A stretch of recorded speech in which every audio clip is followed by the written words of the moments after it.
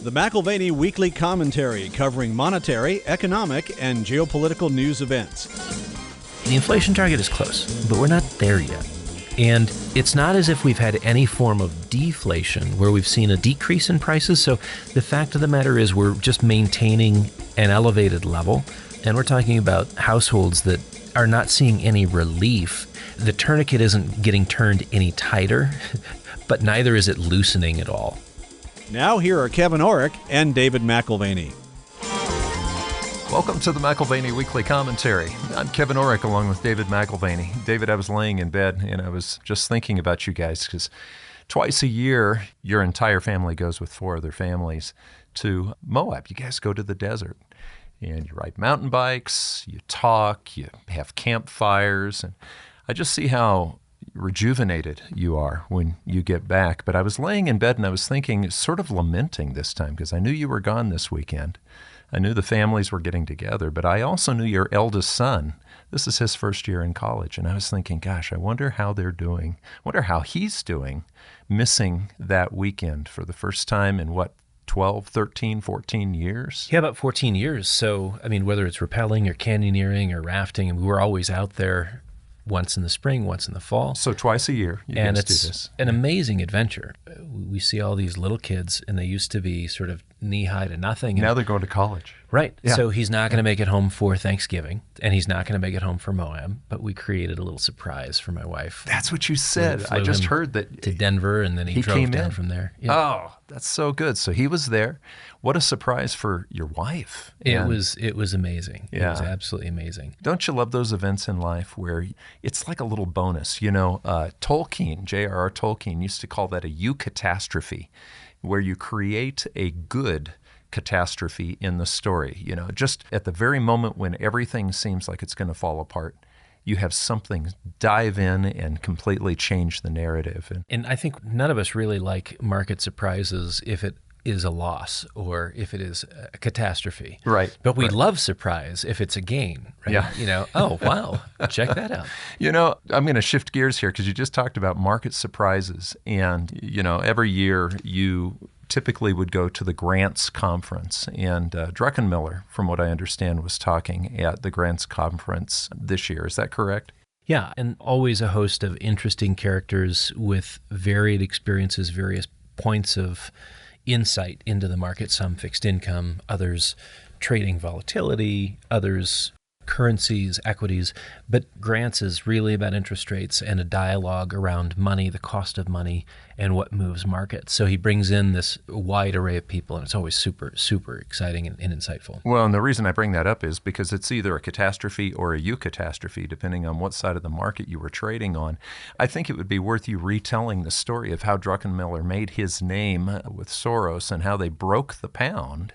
It's a pretty heavy-duty bet. And it worked for them. It didn't work for everybody. No, that's right. If you were on the other side of the bet, it was painful. The other people on the other side of the bet were the Bank of England. Yeah. And 4 times in Stanley's life, he's lost $1 billion in a day. Wow. In a day. It lost. Correct. 4 times. That's called 4 a catastrophe, not a eucatastrophe. That's right. But he's never had a losing year in his 45 years of trading. Huh. And part of that is risk management. If you don't pay attention to risk management and knowing when to cut losses, knowing how to mitigate them, and when to put a trade back on the other side, right. He's very practical when it comes to those things. And he came in with what he thought was a winning trade, betting against the British pound, looking at the fiscal situation and in the relationship between the pound sterling and the German mark. This is in the early 90s. I'll never forget it. Yeah. And so he was willing to bet 100% of his portfolio against the British pound. And Soros chastised him immediately and said, that's absolutely ridiculous. When you see a trade like that, you don't bet 100%. You bet 200%. Wow. And so they doubled up, were 100% short on top of all of their capital. Right. And they made $1 billion in a day. Made $1 billion in a day. But correct. Got to admit, they had enough to actually manipulate the market. Now, I'm going to shift to today because, they broke the pound. They made $1 billion in a day. Right now, China is trying to do the same thing on the other side, try to save their economy. Is it working? I mean, this stimulus, we're talking about it weekly now. Yeah, I think it's worth keeping in mind that the unthinkable happened with the Bank of England. And the most unthinkable, in my mind, would be breaking of the buck. And we've talked about that in terms of money market funds and the $1 denomination that a money market fund has. You buy it at $1, you sell it at $1. Always it never a moves up dollar. in price. Always but a if it dollar. quote unquote breaks the buck and trades at less than $1, something went wrong. Right. When I think of breaking the buck, I think of the U.S. dollar being in the same position or a comparable position, different circumstances, but under pressure nonetheless. And could we eventually be at a point where there's so much pressure that the dollar declines in a similar fashion? You could bet against the dollar and win as Druckenmiller and Soros bet against the pound and won. And wasn't Druckenmiller asked in the meeting, is there another trade out there like that where it's almost a sure bet? What did he say? His shortest bet, not 100% short, certainly not 200% short, but it sounded like his shortest bet was U.S. debt. And so, you think about the direction of interest rates, and that seems like a fool's errand. The Fed is lowering rates, and it seems like a given that bond prices should be going up as yields come down. He's taking the other side of that and saying, no, I think quite the opposite. Going short the U.S. Treasury market makes the most sense. The long bond. That's right, with yields destined to move higher and prices lower. So it's an interesting thing. You've got some smart people out there looking at things from a standpoint of perhaps sustainability and viability. I don't think we're quite at the point where we can think of breaking the buck, but again, the unthinkable becomes the thinkable once it happens. Well, so if the Fed continues to lower rates and the bond vigilantes continue to see those longer rates go up, what they're basically doing is, like you've said over the last 2 weeks, they are not buying what the Fed is trying to serve right now. Well, that's right. And we've seen the Treasury market move higher, and that's across the curve, 2s, 5s, 10s, 30s. These are all bond yields that have moved up almost as much as the Fed funds rate moved down. So the Fed says down 50, and the bond market says no, up 50. And so the question is, who's getting it right? The PhDs at the Fed or the bond market? And again, we said this last week as well. Perhaps this is a short-term anomaly and it means nothing in the end. Or perhaps it is the beginning of the great question of credibility with the Federal Reserve. Well, and I'm going to want to bring up China again here because China, the stimulation right now, the stimulus that they're throwing at the economy had a tremendous effect on their stock market. Would it go up like 34, 35%? And now some of that's been lost. Yeah, and the stimulus remains adequate, but not impressive. Last week we were up to $283 billion. Over the weekend they revised it higher to $315 billion US. That was on Saturday. So the CSI 300, this is kind of the 300 largest companies in Shanghai that trades on the Shenzhen Exchange, up 34% between September 13th and October 8th. So a very nice move in anticipation of stimulus, which was, there were rumblings of it at that point. And it has now sold off 9.4% since then. So kind of a buy the rumor, sell the news cycle. Or alternatively, you could just say expectations of the fiscal stimulus were pitched way too high. And so expectations have not been met. I would just add one very important word, yet. I think the fiscal stimulus expectations are actually spot on. They're not pitched too high. The situation is within China, within the Chinese economy, a few clicks shy of desperate.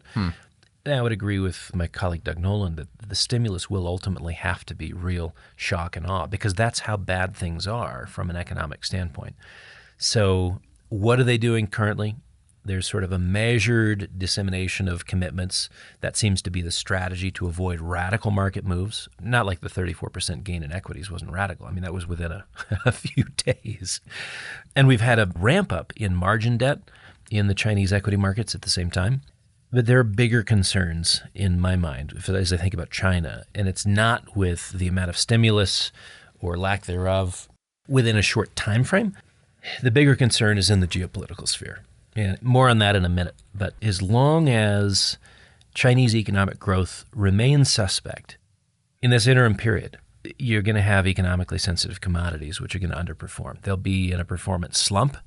Watch them come out like a cannonball from a cannon once the variables shift, and it's no longer sort of economic malaise in China, but it's inflation 2.0, which is obvious. Well, and when you take economics, you have supply-side economics, you have demand-side economics, and you have to understand pricing sometimes is affected by supply, sometimes it's affected by demand. If China is in a malaise, it's not going to buy a lot of oil. And That's right. I'm shifting gears here to the Middle East because their demand for oil, there's not a lot of it right now. I had an interesting interview with Bloomberg last week, and it went something like this. Your past prognostications on the price of oil are for higher prices, but it seems like you're not quite as strong on that call today. Can you explain?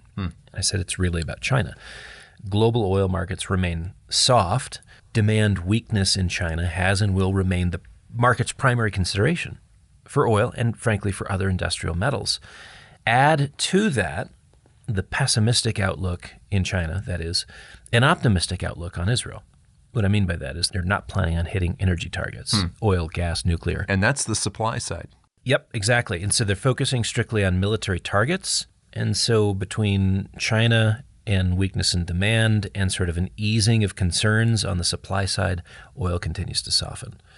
Again, maybe this is cynical me. It looks like a Netanyahu-Biden gentleman's agreement to not upset the oil markets prior to the election. Action prior to the election is expected. That's going to happen. That's already been sort of forecast, but it needs to be military targets and nothing that would impact the oil market. Doesn't China get a lot of their oil from Iran? And that's where that could change things? Yeah, New York Times last week had a fascinating discussion on that. China imports 3/4 of its daily oil needs, and Iran sells 90% of their exports to China. Wow. So on the export side from Iran, it's 90%. That reaches approximately 15%, if you're tallying it, 15% of Chinese imports are coming from Iran. So the economics of Israel's Iranian strike are relevant both to the U.S. presidential election, on the one hand, and to Xi Jinping's attempt to keep the Chinese economy moving towards the 5% growth target as well. You think about the impact of Chinese demand. If it can't get access to that 15% of below market Iranian oil, and I mean by below market, they're paying a discount. It's the same as the Russian oil, where India is buying a lot of Russian oil, and they're doing it at below a Brent price. There's a penalty in the market. And the Indian government says, yeah, we'll take the discount. Thank you. Well, China's doing the same with Iran. But imagine if that Chinese demand seeking the 15% from the global oil markets, if that steps into frame. China's economy is still a concern. If they can't buy their oil at a discount from Iran and they have to enter the Brent crude market with a whale of a bid, energy inflation is back overnight. Inflation is back overnight. So we look at this and say, Israel's decisions are central to global energy market stability, and there is a knock-on effect to global economic stability.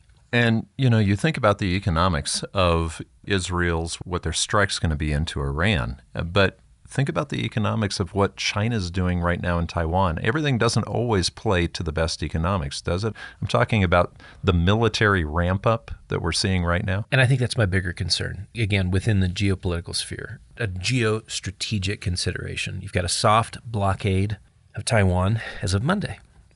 Largest ever deployment of warplanes, according to the Financial Times writer who's in Taipei. 125 military aircraft in the air this Monday, participating in Operation, quote, Joint Sword 2024B, end quote. So I guess part A was when the new president was elected and they wanted sort of a show of force to say, we don't like this and we don't like him. And now part B is, we don't like you 2.0. Maybe part B is be ye invaded. Yeah, well, 90 of those aircraft of the 125 entered Taiwan territory, 17 warships, 17 Chinese Coast Guard vessels, in what I think is reasonable to describe as a huge escalation. This goes back to what you said last week. It's not if, but when. Yeah, and of course we had no way of knowing that they would bring that. I mean, it's just day by day, it's become unsurprising. It was 35 last week, it's 45 this week, it's 50 this. I mean, they continue to sort of stretch what they can, and they're sort of normalizing the behavior within the coastal waters and in the air. When, not if. Right. She has committed to this publicly.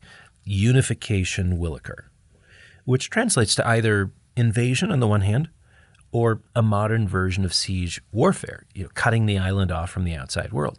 And I'd like to think that we would be in support of Taiwan. We've certainly expressed that, not formally, but I see U.S. duplicity as something that knows no limits.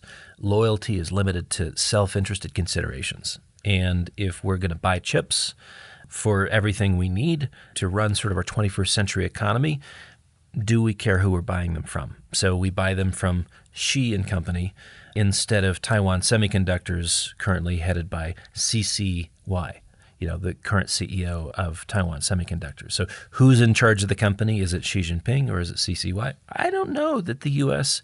really cares. I'm not sure we care. I'd like to believe that our word is our bond, but I'm no longer sure, and time will tell. What I'd like to do, Dave, because we can go back, 70 or 80 years to World War II, and we can say, well, who was tied to who? Or you could go back further, go back to World War I and say, who was tied to who? And we talked a little bit about this over the last few weeks, but let's just think about this for a moment. We're talking about Iran possibly being struck by Israel soon. Their connection to Russia is through drones, drone sales. They make drones for the Russian side. You've got China, who in the past has been sort of a distant supporter of North Korea, and Zelensky right now in Ukraine is talking about North Koreans actually in the fight. Is there any reality to that? Yeah, I don't know. Claims from Zelensky that they're routinely encountering North Korean troops on the battlefield, troubling to say the least.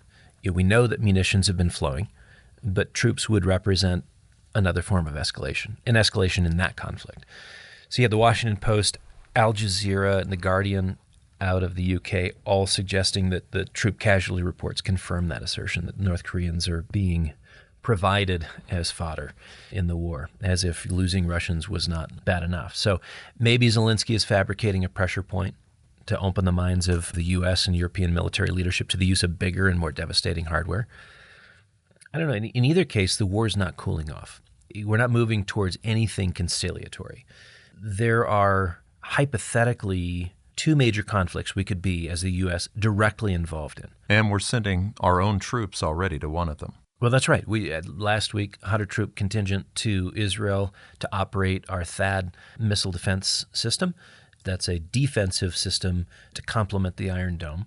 And I think back in the concerns over World War III, I can't tell you how many times I've encountered them. World War III is always discussed among doomsdayers as an inevitable next step, not appreciating that there is real power in diplomacy. There's real power in conversation. There's real power in creating economic alliances. But I would say right now, onlookers had better not underestimate the power of complexity. Global conflict is at a dangerous inflection point. Kevin, you reminded us of Sarajevo and Franz Ferdinand last week. Is there a modern-day black hand that would like to see conflict erupt? Where would that be and towards what end? I have no idea. And I wonder, Dave, because there's such a dichotomy right now. We've got the U.S. equities trading at all-time highs. You've got the Federal Reserve lowering interest rates, even though inflation is increasing. Yet you've got the bond market saying, you know what, I don't buy this. And interest rates are going up on the long bonds. So you've got this dichotomy between the stock market and the Federal Reserve acting like everything's fine. And then you've got the bond market going, no, everything's not fine. We're going to have higher rates. Who's right? We don't know what they don't buy. There's something in the mix that is not quite right. Certainly, as you point out, U.S. equities trading all-time highs with the exception of NASDAQ. It's as if traders believe that a single factor, loose financial conditions, compliments of the central bank community, as if that one thing determines the course we're on. And we are safe in that assumption. My view is that that's myopic at best. Myopia is that condition where you can see what's in front of you, but anything in the distance is blurred. So your equity traders look at it and say, this is what we've got today. Who cares about tomorrow? The money's flowing. The Fed's accommodating. All's good. So it's myopic at best. It's naive and dangerous at worst. It's this weird combination of overestimating corporate stability while at the same time underestimating the cost of conflict. Maybe this generation's reminder of the importance of history, the importance of factors not generally discussed in a corporate quarterly report or on CNBC as sort of the breaking news of the moment. We just beat expectations by a penny. Ooh, wow, isn't that exciting? Well, and you talk about the power of diplomacy, and actually we forget that the power of diplomacy worked from the 1870s until about 1914. But then what is interesting about looking at world wars, because you're right, doomsayers are always saying World War III, but to be honest with you, World War I and World War II were something you really don't want to repeat. They were painful.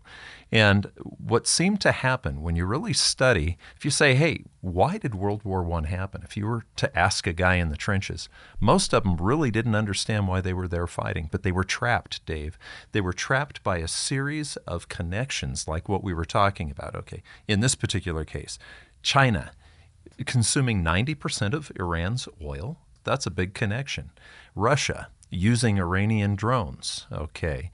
And we could go on and on. Israel and the connections that we have there. Taiwan, the semiconductors. There's a point where you get yourself into a place where you really can't go right, you can't go left, you can't go up, you can't go down. You just have to get into the fight. A few years back, I was reading Thomas Schelling's book, The Strategy of Conflict, and I always wanted him to be a guest on the commentary, and I think I started reading his books too late. He died in recent years at age 95. Taught at Harvard, and he opened people's minds to the importance of game theory and to dealing with the psychological aspects of warfare. That it's not just math, it's not just statistics. You're dealing with human beings and a psychology, sometimes even a psychosis, which is anything but rational. The Strategy of Conflict was a good read for me. But you see that there is more to diplomacy than just two people ultimately being able to walk away with a handshake. There is a psychological aspect to it. There is a communications aspect, which sometimes is genuine and sometimes is totally disingenuous to move the needle a particular direction. Well, when you have interpersonal disagreements, you want to keep your options open. There are times when you have an interpersonal disagreement where both parties just walk away or get into a fist fight. I want to stretch an analogy if I can. We spent the weekend mountain biking at a place called Dead Horse Point. I know the point, yep. But it's beautiful. I mean, this is Moab. It's beautiful. Yeah, the name comes from, as legend has it, that cowboys would round up wild horses on something like an inverse box canyon. Okay, so just flip it upside down, a narrow mesa that drops off on all sides with sheer cliffs. There's no surviving the terrain without access to water, which does not exist on the mesa, even though it is abundant 2,000 feet below. Yeah, you can see that river winding way down. It's the Colorado River. So trapped, your choices are not great. As I look at the Wall Street bulls today, I think they're looking more and more like trapped stallions, potentially dead horses. Liquidity taps, if they're turned off, these beasts are dead. The wild Mustangs of Wall Street, they are dependent on the fed cowboys for their survival. Traders are already trapped, they just don't know it. But in some sense, and this maybe the analogy breaks down, I think the fed cowboys are trapped too. Liquidity abundance is required by everyone, and we've got some things that are heating up. Access to market liquidity can evaporate for a variety of reasons. You've got market internals, we mentioned the geopolitical externals, you name it. There can be a variety of reasons why what you have today in the blink of an eye just disappears in terms of liquidity. You know, you talk about siege warfare. I thought that was interesting when you brought up Taiwan and saying it's almost like a preview of siege warfare. And siege warfare, of course, is where your enemy surrounds your city and they limit what comes in. And what you're saying from a Wall Street perspective, if that liquidity doesn't get there, just like those horses couldn't get water on Dead Horse Point. That's right. So I'd encourage you to, a couple of things. I forgot to mention this earlier. We started a vaulted campaign. This is our fintech solution for bank savings. And if you want to have, or the equivalent of bank savings in ounces, vaulted.com. In the show notes, you can look at our current advertising campaign, if you will. It's really fun. Take a look at it. If you like it, forward it on to your friends and family members. I think they'll get a kick out of it. And it's because gold. Why do you want? Well, because gold. Gold speaks for itself. So I wanted to mention that. See what you can do to push that out to friends and family members. I'd appreciate it. I would also encourage you to read Hard Asset Insights from this past weekend. And I think when you do, you'll see the trap clearly. This trap I'm describing where, yes, the wild Mustangs of Wall Street are trapped. They're out on that Dead Horse Point. And the Fed cowboys don't know it, but they're just as much stuck as those stallions. Morgan argues, I think very persuasively, that choices are limited, and each one of the choices that are now optional are highly consequential. Fiscal issues have driven us to the edge. We can see, from this vantage point, we can see liquidity, which is like an eternal spring of hope for the speculator. But if by contour and geography we're cut off from it, then the speculative trade dies, and you've got something of a significant correction to the mean, if you will. Consider this just for a second. I'm sure you did this weekend. What would it be like to die of dehydration in sight of water the whole time? Right. We have ample liquidity, but the cost of providing it is something that has to be considered at this point. And we're talking about interest rate costs. We're talking about deficits. Right. The interest on U.S. debt has increased 34% year over year. So the interest on the U.S. debt, what we paid a year ago, is higher this year by 34%. We can't afford higher rates. Right. From the standpoint of interest expense. And we've noted 3 weeks in a row, the Fed has moved to bring rates lower, and bond market participants have pushed them higher instead. Is that an anomaly, or is the Fed trapped too? The Fed is not able to increase rates without triggering a debt death spiral. So there is some question as to why they would lower rates at all, since the economic statistics are very supportive of a reasonable economy, certainly not an economy in dire straits. And so why are they lowering rates 50 basis points? Well, they are proving it's difficult to keep them at a higher level because the interest expense is eating their lunch. It's very curious that the bond market move index has been showing signs of stress in recent weeks, the highest level since January. Not what I would expect following a Fed interest rate accommodation of 50 basis points. What was their stated goal of loosening financial conditions? If you don't know, the MOVE index is to bonds what the VIX index is to stocks. It's a measure of volatility within the bond market. So the fact that over the last 3 to 4 weeks we've seen an increase in bond market volatility, even while the Fed is accommodating with easier monetary policy, what do bond investors see that stock investors are not even paying attention to? And that goes back to your average household. You got the guy who's, let's say, in his 50s. He's got his 401k. He's looking ahead. He knows how much money he needs to make by the time he gets to 65 for retirement. A lot of these people are just not paying attention to the fact that the stock market, what's the price-earnings ratio right now, Dave? How far out of whack is it as far as being too high? Again, spending time in the desert focuses your attention on water. You can live without food for a long time. You can't live without water for more than a few hours. String that into a day or two max, and then you're dead. Mm-hmm. And there's a book written about the Grand Canyon and all the casualties within the Grand Canyon. And by far, the greatest number of casualties come from people who go out and they think they have enough, and they don't, and they run out and they die of dehydration. I don't mean to divert here for a second, but you're just blowing my mind.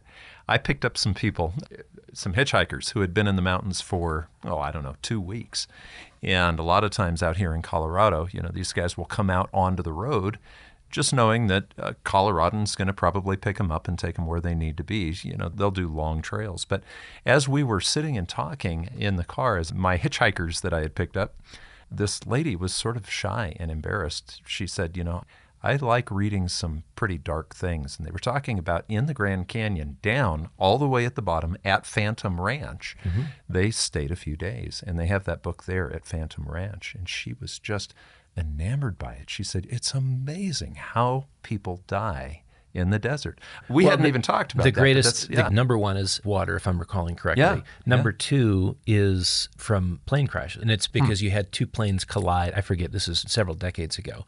But so that your casualty rate, how many people die in plane crashes? It's not like every private pilot dies that goes into the Grand Canyon. It happened to be two commercial flights that collided. And so the body count was huge. It's just random that you've read that same book. That's amazing to me. Well, households are enthusiastic about equity ownership. No one's feeling the thirst for liquidity. Liquidity seems close at hand. They have all they need. You look at something like the cyclically adjusted price-earnings ratio at 36.7. People feel like, hey, this is fine. We're good. We have what we need. Apple topped 3.5 trillion market cap, no growth in 2 years, and yet they're still at a 3.5 trillion market cap.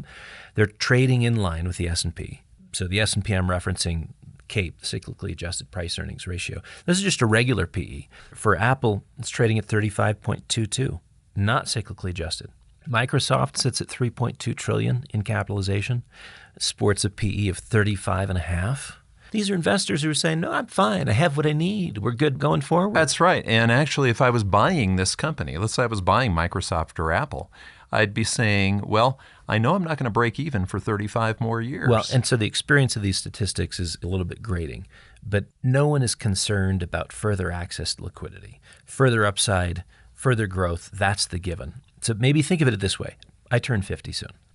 Birthday's just around the corner. Yep. So if I buy these companies today, at age 50, I'm finally getting my money back from annual earnings on my 85th birthday. So how excited are you for that? Well, buy right. the stock today, break even because of earnings by the time you're 85. Just so that the statistics aren't totally boring to you, if I'm buying Apple at 35.2 or Microsoft at 35.5 in terms of the price earnings ratio, that's me buying those companies and finally getting my money back from earnings when I'm 85. Yeah.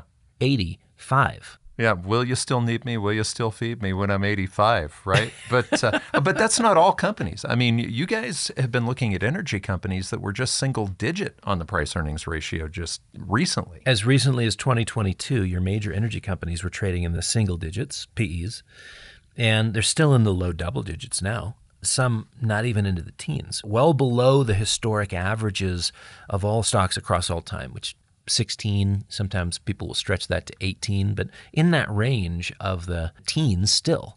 That's a reasonable valuation. You're not buying things cheap and you're not overpaying for them. And a lot of your energy companies are well below that, right? Okay. So you don't have to chase 35 years worth of getting your money back. There are more reasonable value propositions in the market today. Yeah, but we're in dead horse territory for the ones that are up at 35 or 30 times. Yeah, so 36 times earnings. run wild, run free. Yeah. Households are allocating more to stocks than ever before. And to me, that is an expression of running wild, running free. No liquidity issues here. Price to sales for the S&P 500. We're back to January 2022 levels. Anyone recall the market in 2022? It was a break-even year for us. No great thing to get super excited about. Well, the management team didn't lose money. They didn't make money that year. Dow was off 16%. The S&P was off 19%. NASDAQ was down 30%. I don't know if the markets break down prior to year end, if they break down after.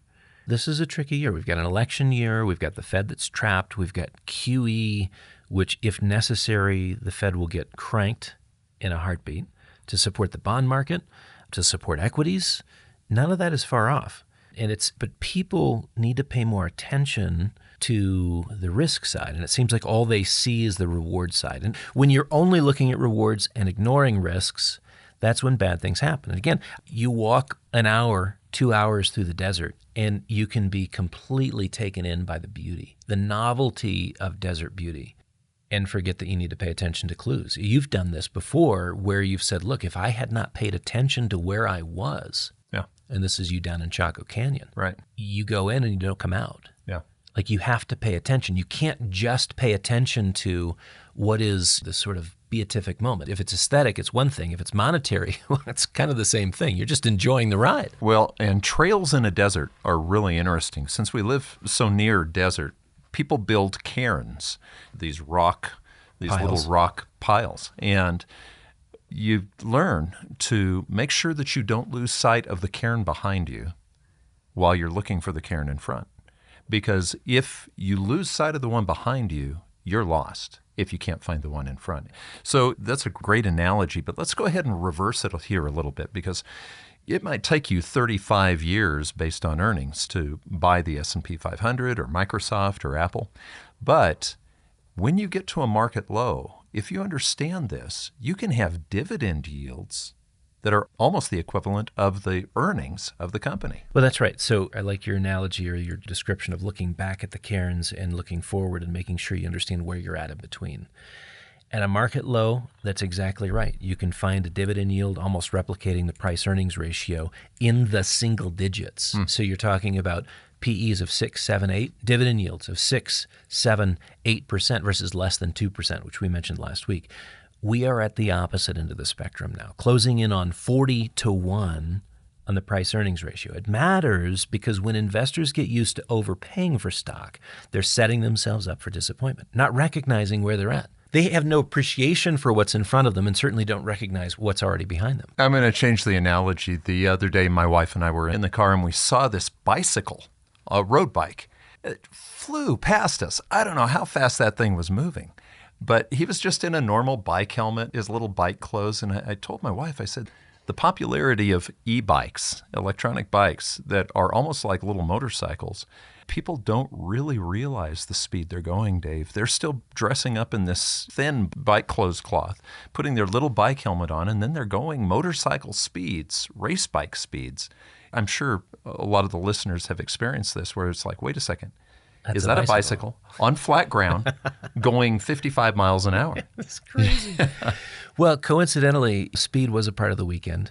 Maybe that doesn't surprise you. We're on mountain bikes. We're covering as much ground as we can. Yeah. A little slow with my 10-year-old. It's not easy terrain. But day 2, we did a couple of loops in the morning, and the Department of Transportation was doing research studies on the usage of trails and creating access to national parks. So one of the things that they're monitoring is e-bikes. Yeah, because that does introduce a change into how you climb everything. Right. The first day we're out there, I mean, we're out on a Great Pyramid and doing this loop, and these 2 guys come motoring by. 75 might be generous. They could have been pressing 80 years old. My first impression was old, haggard, and oh my gosh, they're out mountain biking. That is so awesome. I hope when I am old and haggard, I am out there skiing and mountain biking. So actually, it does introduce an opportunity for older people who could not have done it. That's right. And they're not out there to break the land speed record. Right. They're just to be out there, and they need a little help. So we did that. We participated in the DOT study, and we had e-bikes the latter half of the second day of riding, which was a godsend because our legs were shot, totally shot. What was that like? To barely put out any effort and to be flying over, intermediate and advanced terrain. Yeah. It was amazing. It was really fun. And also really dangerous at times because on more advanced terrain, it's all technical. And speed does not help you. Speed creates problems. And I encountered a few of those. Yeah, so let's just make sure that we're keeping the analogy for the listener who thinks we just shifted to a mountain biking, e-bike podcast. No, the analogy is that speed can kill. Well, over the weekend, as I mentioned, camping in Moab, mountain biking, hiking, it's just beautiful. Campfire stories one night included our greatest loves, skiing for one, and high-speed records on the ski slopes. And the conversation got sobering when one of the college students who was with us mentioned a good friend who had spent 4 months being put back together after pinballing off of 3 pine trees. Just shattered his body, broke his jaw, broke almost every bone in his body. So 60 miles an hour is something remarkable on a set of skis. Really quite something special to experience until you lose control. Right. And the markets are in that high-speed moment where conditions need to be just right, and the edges need to hold. Conditions matter, and I'll be frank, it doesn't matter if you're a novice or an expert. The conditions matter. So the Federal Reserve, they may be caught. They may be in a dead horse point kind of moment, but inflation, which they claim to be fighting, is actually rising. Well, I mean, it's not moving by much, but the market's making the assumption that the Fed has done their job, and they already took the victory lap, so let's just get on board and get long-risk assets, and everything's going to be fine. So CPI was hotter than expected by 0.1%, so 2.4 versus 2.3, which was the expected number. Didn't they revise August, though, too? Well, for PPI, yes. Okay. PPI was flat month over month, but 0.2 higher year over year, and August was revised higher by 0.2. The inflation target is close, but we're not there yet. And it's not as if we've had any form of deflation where we've seen a decrease in prices. So the fact of the matter is we're just maintaining an elevated level, and we're talking about households that are not seeing any relief. The tourniquet isn't getting turned any tighter, but neither is it loosening at all. But bond prices, let's go back to bond prices. Are they telling us the truth? Well, I think there's indications all over the place. University of Michigan sentiment, it slipped. Current conditions declined. Inflation expectations increased.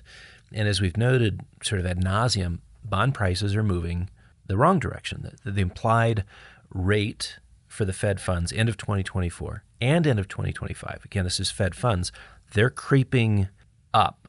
The assumption was back in September, like 18th to 20th, that time frame, 195 basis points. So they were going to see almost 2 percentage points decline. Now it's 149 basis points of decline. So again, those expectations are returning to higher levels. Mortgage rates slightly higher week over week. So bond market is saying something very different, that inflation is not dead. And maybe this is wrong of us to assume we know what it means in terms of what the bond market is telling us. It's just telling us something. And we mentioned this last week. The fact that the bond market is telling us something, and we're not clear exactly what it's telling us, but the gold market is telling us something as well. That's where you see the need to sort of pay attention. These are two signals that don't always match up. That they do is worth paying attention to. So does that force the Fed ultimately to have to reverse course and start raising rates again? I think that we will see that. Is that 6 weeks from now? Is that 6 months from now? Fed being forced to hike in the face of a second inflation wave. What that does is stock investors will then begin to appreciate being stuck on the mesa without any good options because they've assumed that liquidity is ample and they have no worries. But if the Fed is forced to hike rates in the face of a second inflationary wave, your equity investor will then appreciate that they're in a bad place. They don't have what they need. They're not going to have the supplies that they thought were available to them. Bonds in that moment, parallel to stocks, may be the short of a lifetime if you're talking about making money as prices go down. We're setting up for what could be another round, just like we had in 2022, of 60-40 carnage. People allocate 60% to equities, 40% to bonds, or vice versa, depending on your age. And both of those asset classes are in a high-risk category. I think yields in that event, much higher. The Fed, in deep trouble with their credibility having been crushed. QE comes back onto the table in sort of a Hail Mary fashion, and who knows, the dollar may or may not be interesting to foreign investors at that point, which really does redefine the course of gold and other hard assets going forward.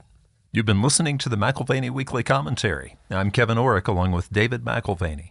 You can find us at McAlvany.com, McAlvany.com, and you can call us at 800-525-9556. This has been the McAlvany Weekly Commentary. The views expressed should not be considered to be a solicitation or a recommendation for your investment portfolio.